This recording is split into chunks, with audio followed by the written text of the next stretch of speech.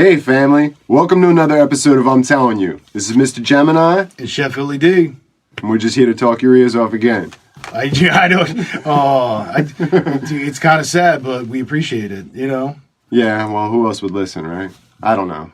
A lot of people do, actually, I'm coming to find out. It was very inspirational. We're inspirational. We just like crack jokes and try to have a good time and, just talk intelligent, I suppose. I mean, we try, right? So I hope everyone out there is doing well.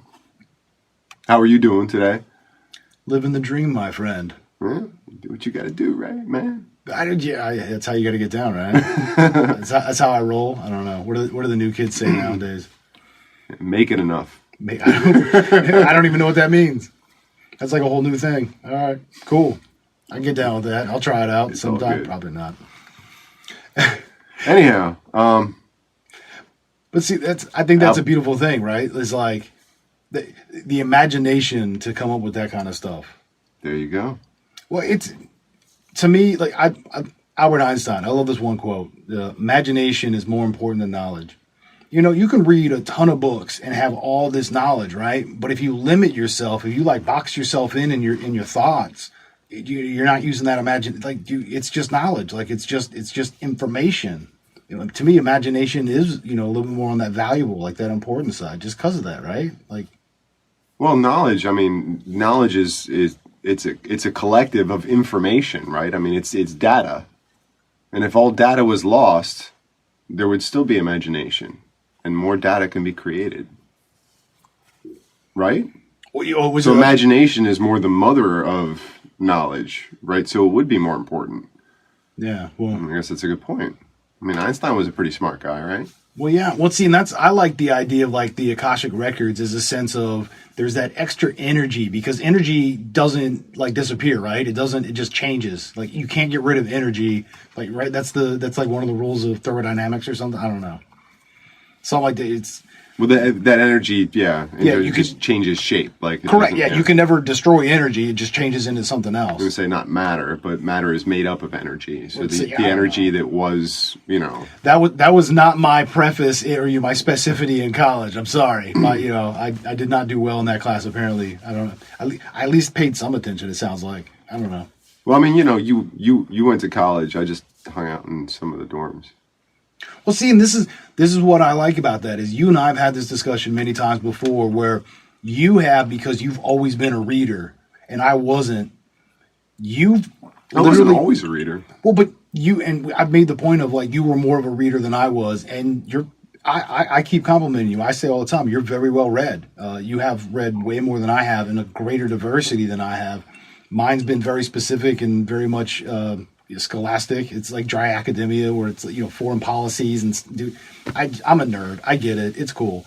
But you make the statement of like, all right, I went to college and you haven't. However, I make the statement of you've read all these books and have gained all of this knowledge and ability because you thought about it, because you used your imagination. You just ingested information and utilized it in a different fashion. So to me, I give you that respect because I think of that as education. Yeah, I mean, it's a little different. I don't have a syllabus. I don't have a teacher. I don't have somebody keeping me on track. But I mean, really, for me, it's just out of personal interest. Like, there's certain things about Jung and psychology that's really interesting to me. So I look it up, I mean, like, if there's something science related that I have a question about in my mind, I mean, and that's the beauty of the modern age and what kind of, I think is the irony of the newer generation that's so used to it that it becomes like a plaything, like a toy, like we can watch like, kitten videos or something like that, or share pics of our favorite food. Like it's so much more than that. It's like a connection to the rest of the world. It's the Library at Alexandria times 100, a billion. I mean, it's access to everything pretty much at any time. Well, yeah, and that's why when you and I were talking about the Akashic Records, that plane of knowledge, almost like the scene in The Matrix where all of this stuff just like pops up and it's just like, here, pick anything and everything, but it's like all information. It's not, it's not like racks of guns. It's like racks of files with like info in it. It's like, the back office at like a clerk's office or whatever. And I mean, I always liked that physical representation of it. I thought that was kind of cool because in a way that's exactly what it is when you think about the way you enter your mind palace and find and locate files that you've placed there. The people that are really adept at that really do visualize very much like shelves and file folders and drawers and all kinds of stuff. So, which to me, that's kind of like the neural connections or the aisles in between the racks of information. Almost, it's a way for you to make sense out of it. With yeah, your the way you're used to looking at 3-dimensional pattern. It's the way the brain works. I guess. I mean, it's just. Well, to like me, those silly mnemonic devices, like I was telling you. Well, it went back to that conversation we had about synesthesia, where you have such an emotional response because, purple tastes delicious. You see it as an actual reference in all these different components. Your brain looks at such this vivid image that it makes it easier to store. That's why people who have a greater capacity for knowledge typically recall more things. It's because they probably noticed and put all that stuff together that it made that collection of knowledge. It made that much of a vivid impact. I think there's, because it makes a stronger neural connection to me, right? I mean, we played around with that idea of the thought experiment, and that was one of the ones that, like, I've kind of toyed around with in my head is the thought experiment of what if I had synesthesia where, because there's, different levels of it. I mean, not everybody has it to where every line is broken. So the idea with synesthesia is that the distinction between one sense and the other, the lines are kind of blurred. Right. So you're talking like visual, auditory, sense of smell, like all that, those kind of senses. So right, you're especially sight, sound. I don't know why, and hearing seem to be very closely. Well, yeah, like when you. But when the sense of smell, everything. The sense of smell. Sorry, go on. Well, so it's like when you read the number 4, you actually see it in yellow, or you get an image of yellow. Like there's an additional association that wouldn't be that most of us don't pick up on. There would be a layer to it, and if you've experienced, this was one thing that I thought was really interesting about thinking about it is, the thought through Terrence Howard's head would be, as a child, I didn't think that anybody else saw the world differently than I did. And the thought is, well, it may show up yellow to you just because it's a number 4, or maybe it's a square. Well, yeah, there might be a geometrical. There might be a geometric shape related to it, which is also vibrating and resonating a certain frequency. So there's many layers to an experience, like music. Yeah, that it becomes like related to a smell, or like this song is like cinnamon. There could Literally. be a weird like connection there that like that's the only way you could explain it to somebody else. This is a fun thought experiment. I love that one. Well, then that's how we got to the idea that purple tastes delicious. Yeah.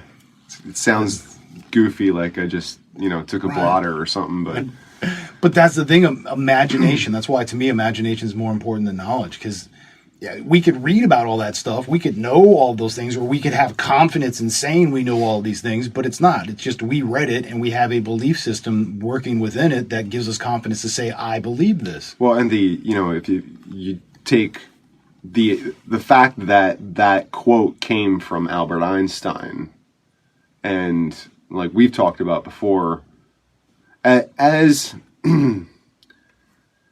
a person working in something like a field of experimental physics, where you're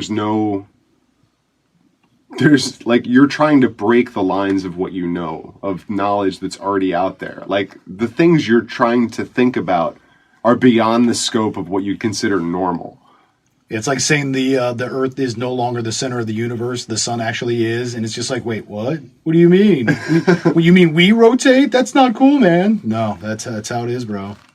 Yeah, because you're literally going against what everybody else thinks and says. You're now being, that misfit, that prima donna, that's just like, well, I'm going to do my own thing. I'm, nonconformist, and I'm trying to. But that these things that a lot of these great, scientific marvels that we've had throughout history, a lot of them, like we were saying previously in conversations, like Nikola Tesla and Albert Einstein, which were both around the same era and actually spoke of each other. Yeah, because you always do that one quote that I love. where they asked Einstein, hey, what's it like to be the world's smartest man? He says, I don't know. Go ask Nikola Tesla. Yeah, so he very much he venerated and he respected Nikola Tesla for all that he brought to science. But I believe that they were both in the same imagination. For both of them was imagination and intuition were powerful tools, because the problem is if you're trying to use hard physics to understand something that's beyond the boundary of what you already understand, you can't apply that. You have to use another metric. Yeah, well, that's why I really enjoyed the Bob Lazar whenever he speaks about that kind of stuff, because there's that level of, this is how we know it can work. Problem is we don't have the stuff to do that. So for us to even get you to understand the hypothetical, which is probably theoretical, but it's just like, you don't have the means, so it's how do you do that? Well, we can talk about it conceptually, but yeah. So but if you, I can't run a test to there's no way to express this and repeat right conditions and everything else. Yeah, and that's the experimental. What is it called? The process that you have to go through, the scientific. Yeah, the scientific. Process. Yeah.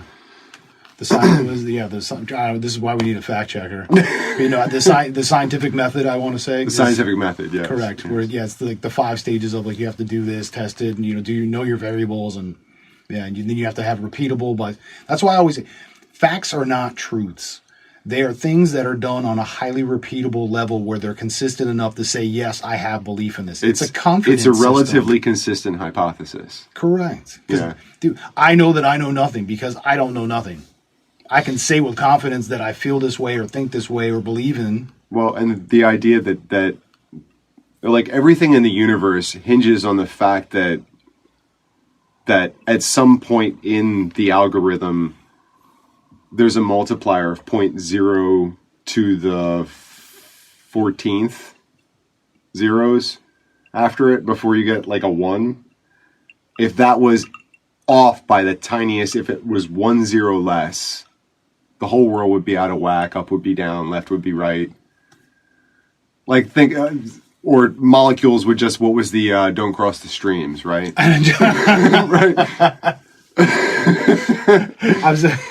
Oh God, I love that. Why should we? But to think that everything, bad? Yeah, no. everything is so perfectly out of whack that this is all able to exist.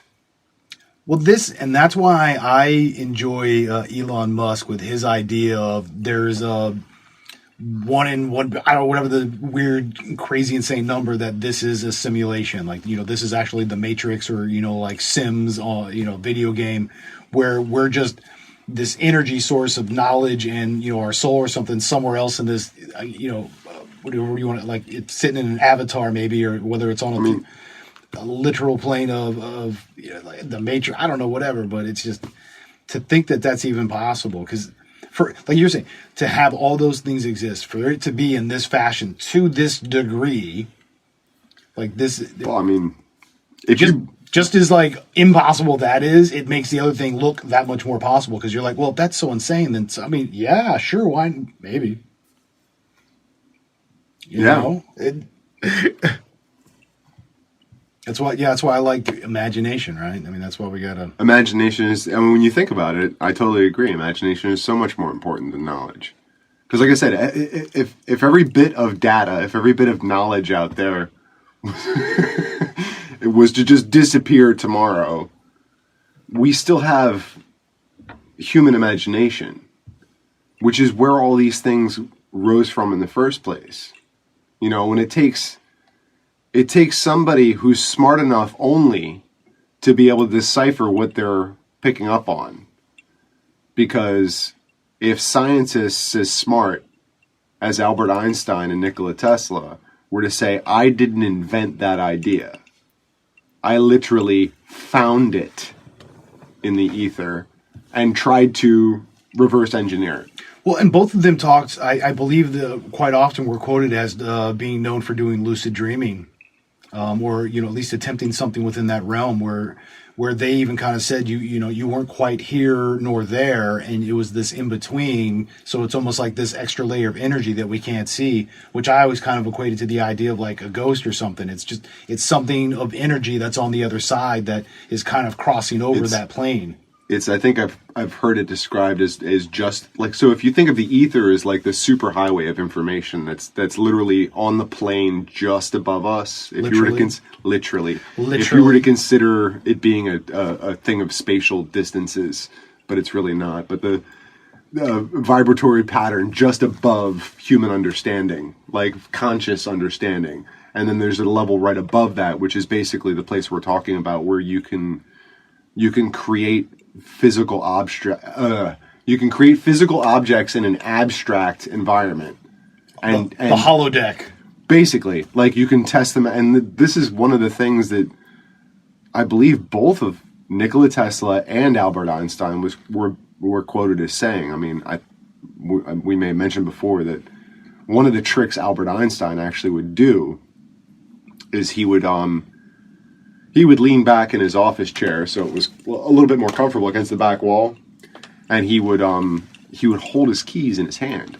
Or he'd also do like, I think I heard a glass too, or like he had like a watch, or it was just something that would fall. Yeah, that would make a noise, alert because him.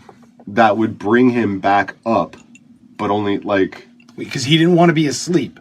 He wanted to be in that in between. That's where lucid dreaming's supposed to be at. Yeah. Where you have your day visions. So if the idea is if you drop the object, the keys, the watch, whatever it is, yeah, and it clacks on the floor, it's enough to wake you up so you realize your meditation is over. So he would reach down and pick up the watch again, and it was in those. It was literally. Literally. Thank you. In those moments, I do appreciate it. As he was coming to, where that thought was able to be pulled from the ether. So he would trick his brain by using that method, which I think is so cool.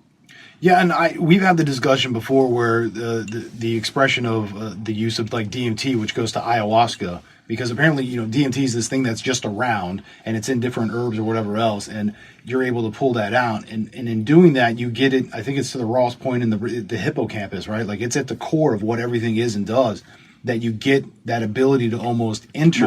Well, DMT is endogenous to the human genome. Like it's actually created within your own. Yeah, just like endocannabinoids and but because we're all made of the same stuff. Like, so why wouldn't we have things that would correspond or like relate or have a positive correlation? Like why can't they? We're all stardust, man. We're all Well, we had that conversation before. Like we're all stardust. It's just, if you think about it, this planet's been before it became green and populated, and even well before mankind settled here, grew here, fermented. I don't know.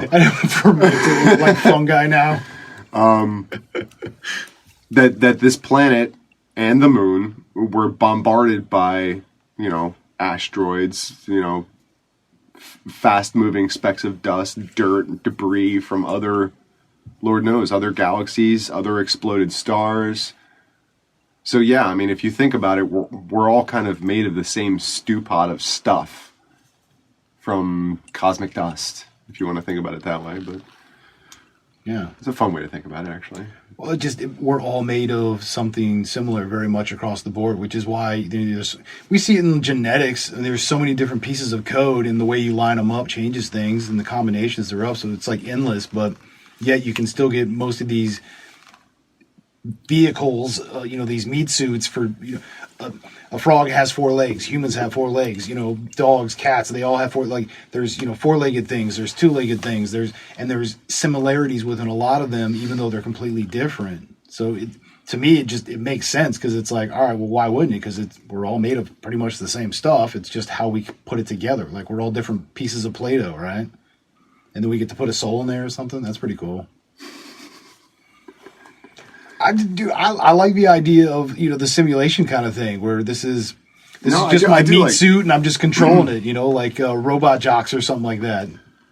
Well, I mean, I'm just thinking about, like, in my mind while because we're not taking notes, we're not at that point yet, but we are taking resumes for all of you, and no, we're not gonna.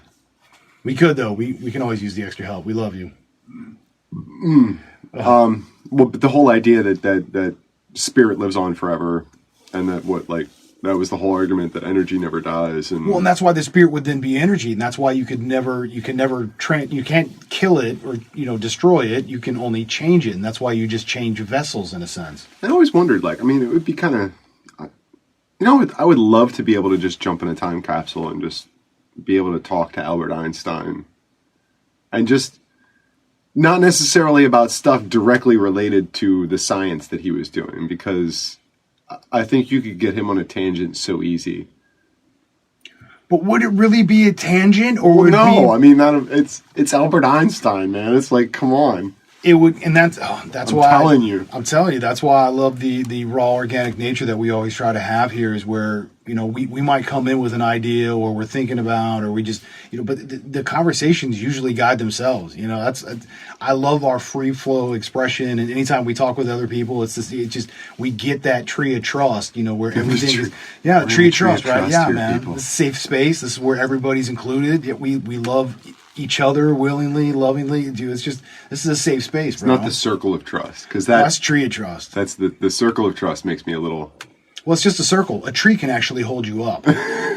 There's more support than that. Plus, you're grounded. I'm just saying.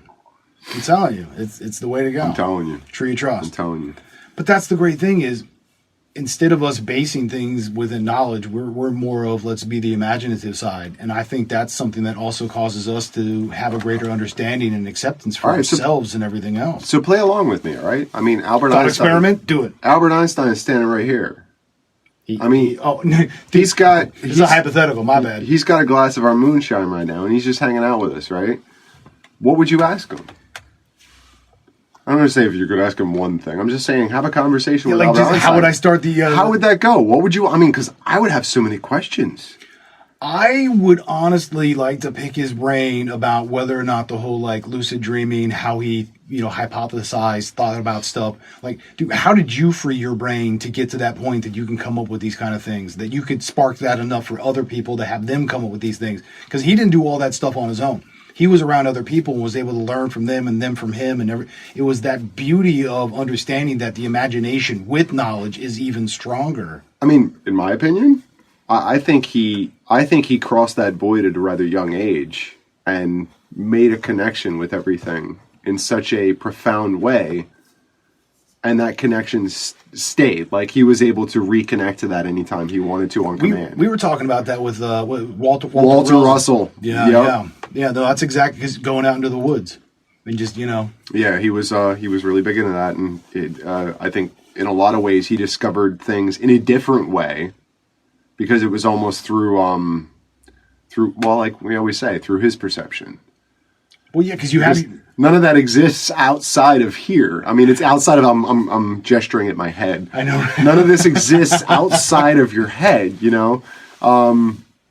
But some of the things, like I was telling you prior conversations about Walter Russell, is that he was able to envision elements that came before hydrogen, before anything like that was even discovered. Well, yeah, which even as the way it was expressed was like a conical DNA structure almost, in a sense, as it's like stacked itself down. And so instead of seeing the periodic table laid out in the fashion we do, it was almost as if you took a two-dimensional idea and twisted it up three-dimensional and gave it depth, and there it was. So yeah, but again, he did the same thing. A rainbow would be that way too. It's linear, but you see it spread out. Because it's a two-dimensional representation. And yes, he saw it as a spiral, and when he depicted it, because I remember showing you that picture, when he depicted it, it looked like a serpentine pattern, because he broke it down so that you have room to write the different information between the Right, but yeah, the basic shape, and that's, I think, even how you expressed it to me, was like taking the standard periodic table and then just basically stretching it from top to bottom as you go left to right, but like accordion style, stretch it out and rotate like a DNA structure almost. So if anybody's scientifically minded or took chemistry or whatever, I know we're butchering this. Please help us. No. If you could, because most people probably don't know about this. Like, it's not normal mainstream science stuff. But this guy, Walter Russell, envisioned the periodic table in a more natural formation, because I would say like a living representation. he viewed it literally in the breakdown of frequency.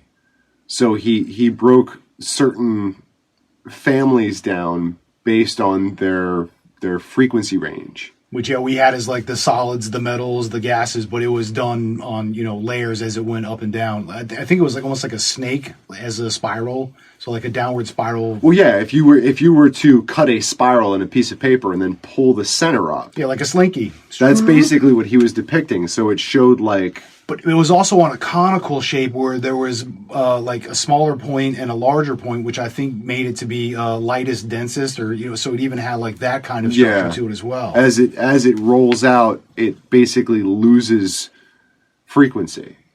Right. As it drops down, and the words that he used were octaves. So he said certain strings of elements would all be on the same octave. Which is just another term for what something resonates at into that kind of audible or notable component. But very much viewed physical matter as a manifestation of something along this range of octaves.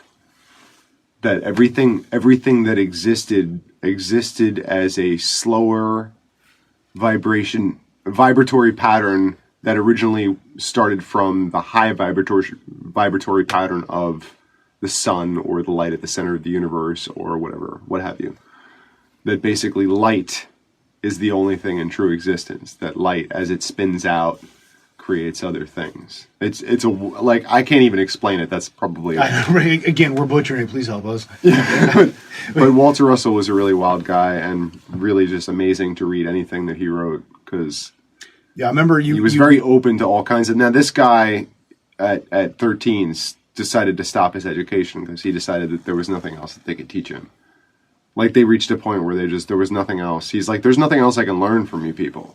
It's like Doogie Howser, where there's like, all right, you can just go to Harvard now. Pass go, collect $200, keep on moving. And that's like what we touched on at the beginning of this conversation, was that he would go out into the woods from the age of, I think, something like 13. He would go out into the woods about 2 weeks every year. Right. Self-journey.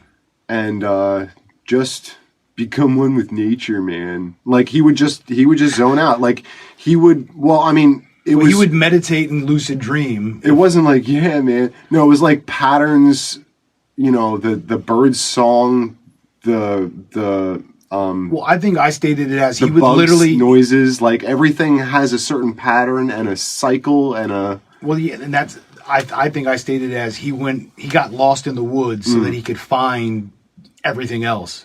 Like he went to lose himself, because you even told me he went in like just stripped. He had basically nothing with him other than just enough to survive, which I forget what it was, but he went in with limited supplies. Like he basically just like stripped himself of everything.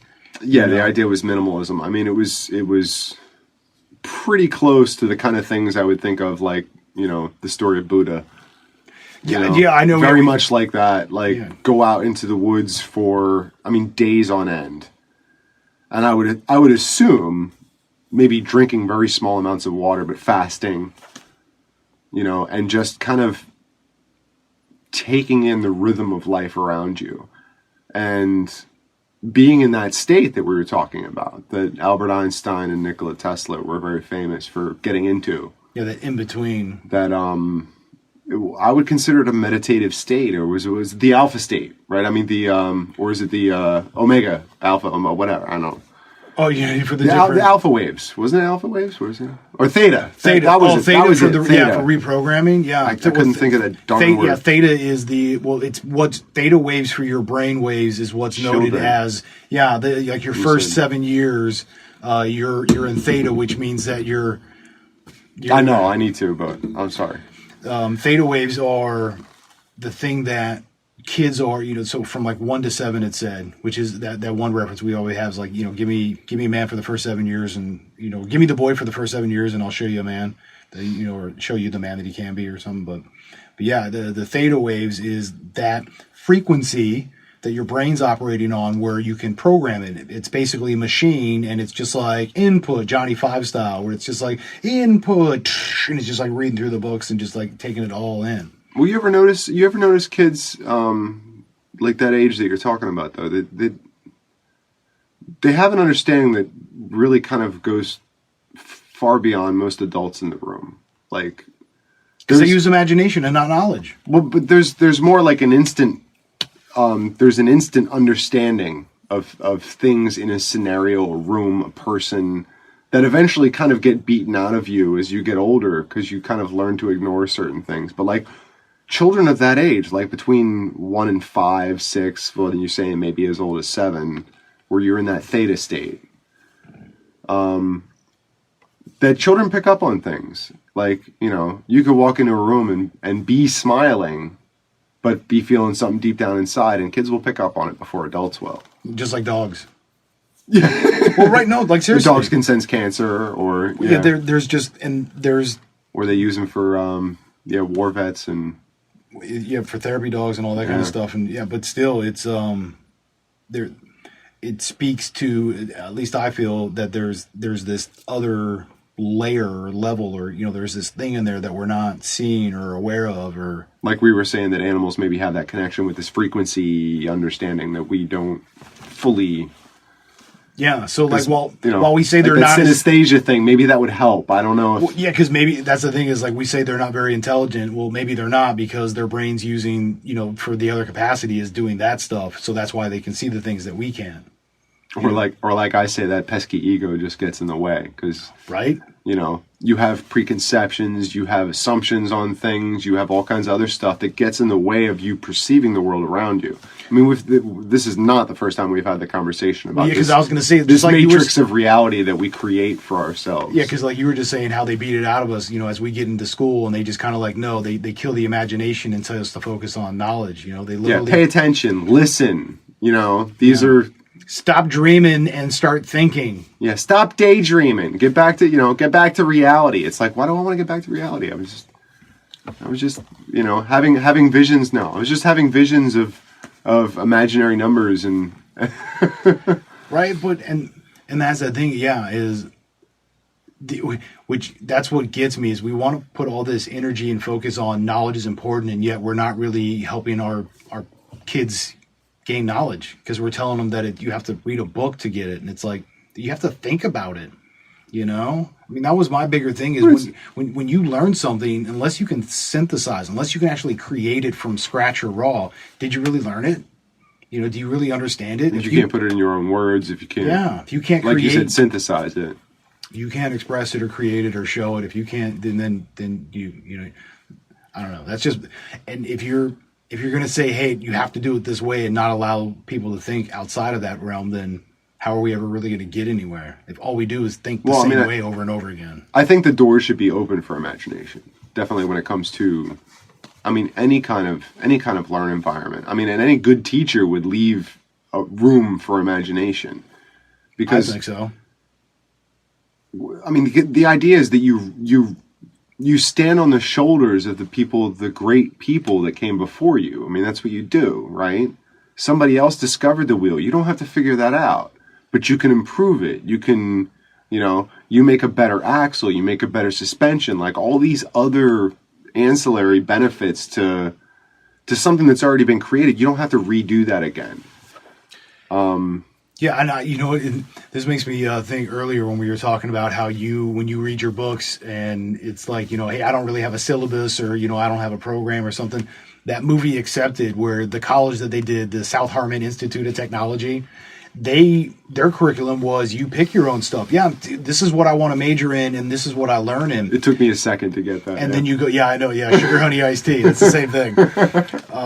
But you go and get your knowledge. And nobody tells you how to gain that knowledge. You figure it out and then express it, and that's how you know whether or not you actually learn. to me, that's a greater way of thinking of it, because then you get to actually gain knowledge that you want. And typically to pick that stuff up, you'd have to learn those other things on the side, because it would give you that perception to be able to have that thought. You'd have to use that imagination to develop that knowledge.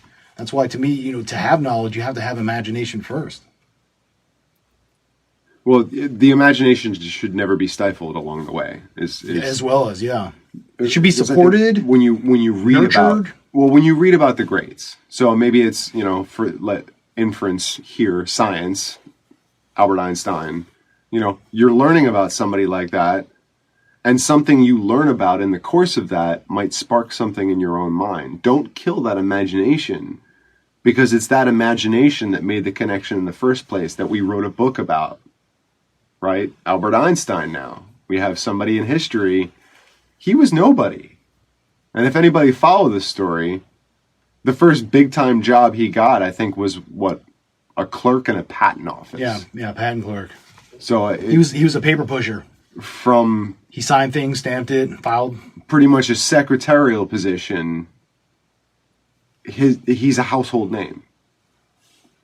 So, it matters not, I guess.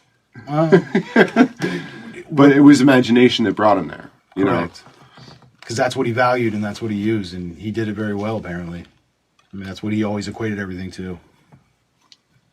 Yeah, it's... It would be cool to meet the guy. I wonder if he's as humble as I think he is, but... But see, and that's why, so you asked that question, I would really like to ask him, how did he do that? Because I'd want to know how to be able to do that. Just to be... Knowing is, awesome. Aware that there's the possibility of is pretty dope to me.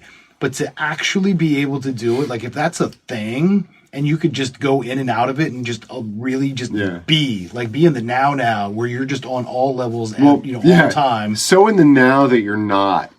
Because, because you're no longer perceivable on somebody else's, because they're on that frequency and you're now on this frequency. You stepped over a channel, That's the funny thing. I can totally relate to him. And I kind of wish I could talk to him now, because I can totally relate to somebody that would commonly walk out of his house totally forgetting his pants. It was a common occurrence for him, because he was so in his head all the time. He was running algorithm theory, whatever idea was bouncing around all the time. It was just he couldn't stop it. See, I always thought of that as the dream sequences in the movie The Explorers, where all three of the boys, the kids that have the same dream, and it's a circuit board, which is how they can build a computer to make the bubble so they can go into space to see aliens. There's a reference for you. I know, right? 30-second movie. I just totally ruined the entire plot. You're welcome. Yeah, you can watch it, but you already know what happens. I think it's old enough. We don't have to worry about spoilers at this point. Dude, it's in my top. But yeah, the reference to the idea of you're flying overhead of this circuit board, and it looks like a tiny city, and and that's what he lived in. That's why I think I love that movie. It's in my top 200 or something. Well, you think that's how these scientific visions kind of took place? Well, that it was kind of this ethereal. That's the view I get. Smoke-filled, mysterious. The clouds where it's actually steam or something, because you're in the laboratory or something. You're right. I don't know, but yeah, that's. To me, that was the view that I got. That was the representation that my brain wanted to play for me, where it's that's what they're doing. And they're literally sitting inside the equation, right? They're sitting inside that structure. There is no space, there is no time, there is no distance. All of those standard rules are thrown out. There is only the existence of being here in the now and existing right now. It was outside of that structure, though. When you think about the way that it was done with Einstein and Tesla, it was outside of this construct in a way. It was as that you would say a fish out of water. When you leave the confines of your body, that state that he was looking for. Transcendence, I think, right? Transcendence, I think it required him to step outside of himself. Well, that's both of them. It required them to kind of because we've had that discussion about him when he did or at least in the basis where he just came from, or the original point for the theory of relativity was the light train. Where if the train's moving at the speed of light and projecting light in front of it, it's like, does the light exist? And it's like, well, it does, but at the same time that it exists, you also existed, which means you just missed it just now. Like it seems like a paradoxical thought, doesn't it? I mean, but it's it like, is. How do you follow that logic? Yeah, and we made the reference of if you extend it even further, of like if you're going faster than the speed of light, it's like, does that light then exist? No, well it does, but it'd be behind you, and it would seem like but it's not behind you in physical space; it's behind you in time. And more so not is he's not even moving, but the light source is moving, or even the vice versa, where it's like the light could be still and he can move. So he was not bound by those things. Like he didn't think in space and time, and he was on a totally different dimension. I mean, I've seen plenty of specials where that's what they really expressed it, and that's he thought about it. If anyone else doesn't understand the information right now, could you please raise your hand? Do you understand the words coming out of my mouth? Don't nobody understand the words coming out of your mouth? Because that is stuff to just make you. It's fun to think about that. Things to make you go, So all this from the quote. I know, man. But that's the beauty of this show, because usually we always try to come in just as organic as it be. Right, cool, let's do that. But you have to be able to talk about something. And it always just kind of gravitates about being, better for yourself, accepting things, being more open. Like there's always the come back around. There might be mad tangents, but it all points right back to the core of why we do this, which is just to inspire, be open, be accepting, be loving, try stuff. Be more like Einstein. Well, right? I mean, be imaginative, be creative, explore the options. And that's why I like Jordan Peterson, where he talks about, if you want to write a book, write something really horrible first. Because if you just wrote something really awesome, you wouldn't know that it was awesome because there's no comparison, and then you'd also have nowhere else to go. Well, if you tell yourself you're writing a horrible book and it turns out okay, that's an improvement. Well, but he says just like writing the book, you have to work on yourself. So you come back to the book and edit it and edit it and edit it. And as you evolve, the book evolves. And all of a sudden, 4 or 5 years later, now it's actually this piece that is just the most amazing book ever. And it's because you took time and you let it transform. So, do stuff horribly. It's only because it's a reflection of all that other stuff that you went through to get there. Yeah, well, and I also say when you do things horribly, it's because there's a lack of confidence. I mean, it's the same thing with golf or baseball, or you have to be able to envision it, you have to be able to confident, and you have to be able to just see it and do it. You have to have that focus. And when you're going to try it the first time, yeah, you're going to probably suck at it. But if you stay focused and positive, you can do that. And that's why, to me, that's always, imagine, be in that moment, see it for what it is, get away from being or restricted or confined. No, you open up. Yeah, I've heard other writers say that there's it's just, even writers like Stephen King. I mean, very prolific, like for the modern age. I mean, he's written I don't even know how many books, but yeah, and he did it under other pen names and stuff, and so it's like. Oh, well, Richard Bachman was actually mostly his short stories, his early work. But there was tie-ins with all that, too. I mean, the guy was a genius. But totally lost track. When you talk about Stephen King, that will happen. Yeah, that will happen. That's really... Wow, okay. Well, yeah, but so with writing your own books, and that's what Jordan Peterson said, you gotta just try it, though, right? So you have to... You just have to put yourself out there. Yeah, you have to. That's what I was going to say. You have to. You set yourself up to write a certain amount every day. Like, it doesn't matter if it's good, bad. It doesn't. You just you get at the back in the day, I guess. Get at the typewriter. Get at the computer. Mm-hmm. Pen and paper, whatever it is. Get on your word processor. Write so many pages in a day. If it's 1 page a day, if that's all it takes, write 1 page a day. Because you think about it, 1 page a day over the course of, next thing you know, you got... 1 year, that's 365 pages. There you go. That's a very large book.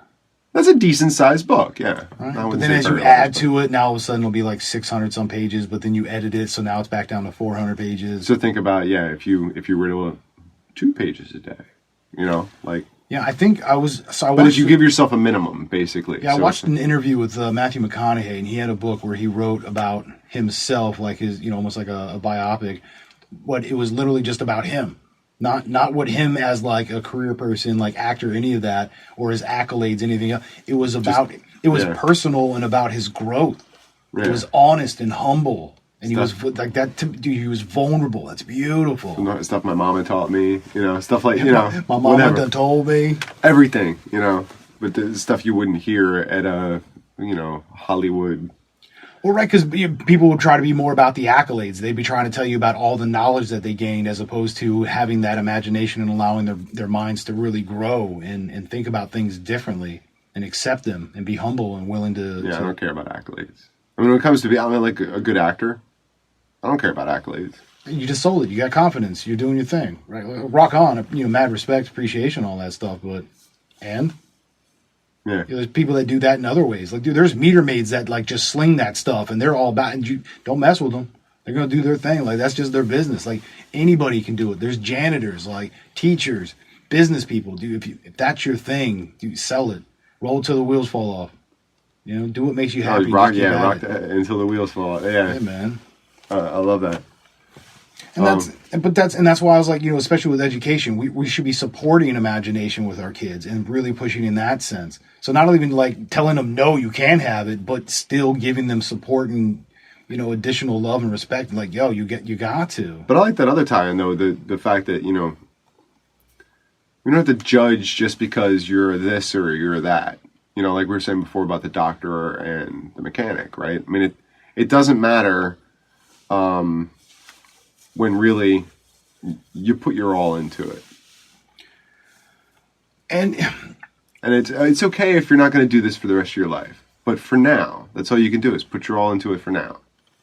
Right. Well, to me, that's always like multitasking. It's like, oh, I can multitask. No, you're just doing 3 things really horribly right now.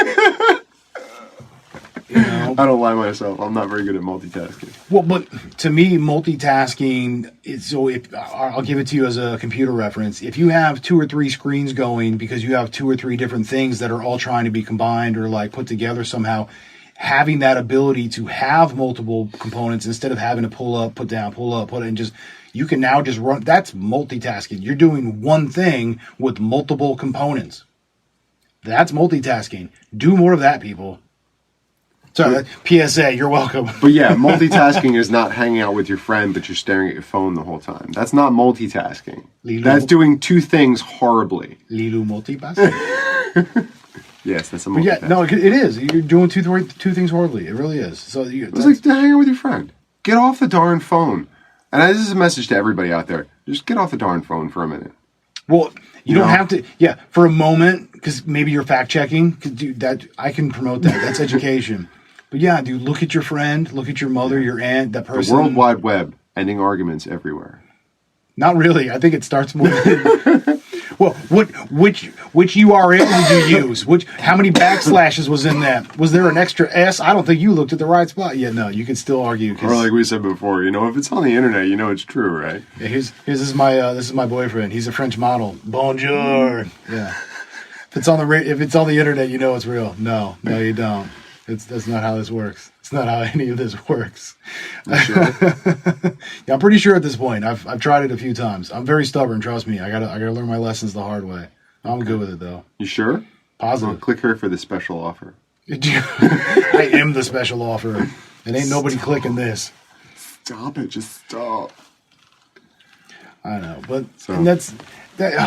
and this is why, and we've gone back and forth a few times where I don't like talking about education because that's my hot button, and that's why I really enjoy the idea of imagination, especially because with our youngers, if we let our kids think and think freely and literally learn the way they want to, so that they support themselves, they're probably gonna make it better. Like, because maybe how many of the kids actually probably have synesthesia, but the way the education system is built is they literally beat it out of them. That it's just like, no, this is how you think. A to Z is how this really goes. Which who really put the alphabetical order in order? I'm just curious. Oh, you would be in a special needs class, I think, if you had it bad enough. It's synesthesia. But then again, I never knew that about Terrence Howard until I started looking in. I don't know why. I just it was another, I guess, just a rabbit hole that I ended up down. You love your rabbit holes. But it makes him so much more impressive to me in a lot of ways, because that's like an amazing thing in a way to overcome, but in a way it's kind of cool and better. It's like a superpower. Well, so that's to see things so differently. Like it's almost like if you could taste and feel and see and experience music almost fully tactile. I mean, it's not even the same thing to other people. Well, see, and you made the statement of overcome, and it's like I don't.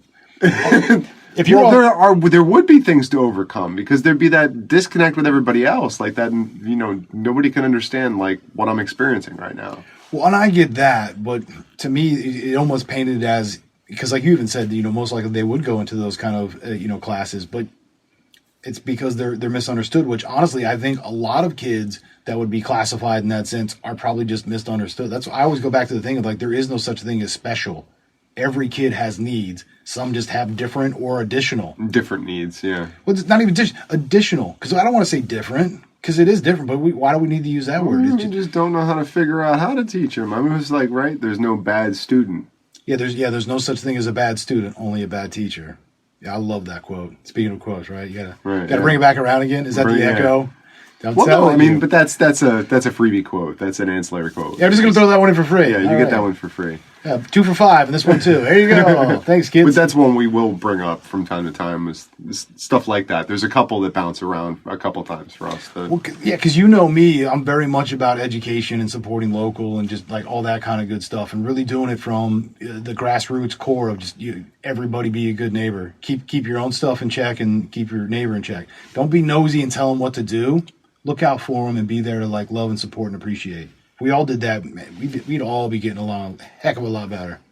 And probably having some good parties too. But right? I do like the idea of tying that in with the whole imagination concept, because to kill something as powerful as imagination it's kind of a sin. Dude, it's like killing a unicorn, man.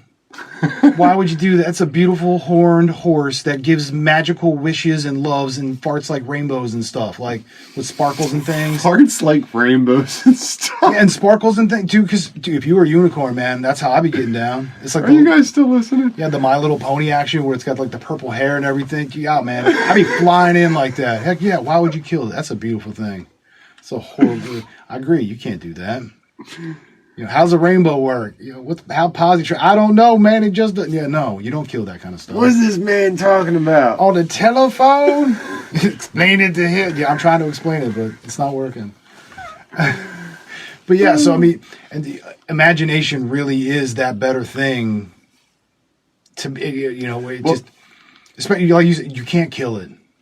Well, like I said, I mean, like imagination. If it wasn't for imagination, you don't break out of that barrier of like the known. Okay, I know if I hold this phone out 4 feet above the ground that it's going to fall towards the earth. Like I know that's a known. I want to break beyond, So the only way to do that is with imagination. The only way to break beyond that, the only way to recreate that book of knowledge that was burned is with imagination. So that's why I totally agree. It's way more important. Yeah, it's the most importantest. And how do you bring that back to education? If it's not in the arts, Well, and that's why I kind of said that idea of that movie Accepted, where it's like you write your own curriculum. So I remember there was this article I read a while back where they did, it was, I forget what study it was, but they did a quick study where what they did is they looked at a bunch of kids that were told, hey, you have to work in this realm where it's like you're going to follow the standard curriculum. You're going to read these books specifically, the very rigid, typical public school, just boom, boom, boom, very matter of fact.